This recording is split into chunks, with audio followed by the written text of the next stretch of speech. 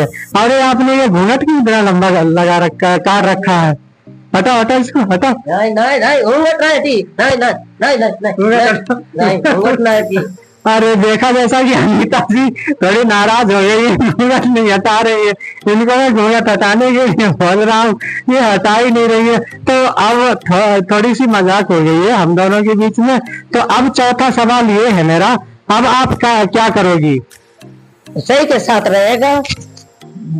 15 साल हुआ, उसने मेरे पास भी नहीं आ रही, उसने मेरी खर्चा नहीं दे रही, हमसे खर्चा हमसे बोझ रही, हिसाब मांग रही। हम हिसाब कहाँ से दे? जब हमें पैसा भरपूर देगा, हम अपने हाथ से खर्चा करेगा, उसके बाद हमसे तुम पेमेंट नहीं सकत, हिसाब भी नहीं सकत। और जब तुम दे नहीं रहे तो फिर मजबूरी में हम कुछ ना कुछ करीब ही करिए। तो हमें दामाद अच्छा लगे, दामाद हमारी चुनो, हमने दामाद को चुन लिया। आपका भी कहना ठीक है, जब आपको पैसे भेजते थे वो, ठीक है, जब पैसे भेजते थे वो, तो उसके बाद आपसे हिसाब लिया करते थे? हाँ हिसाब लिया।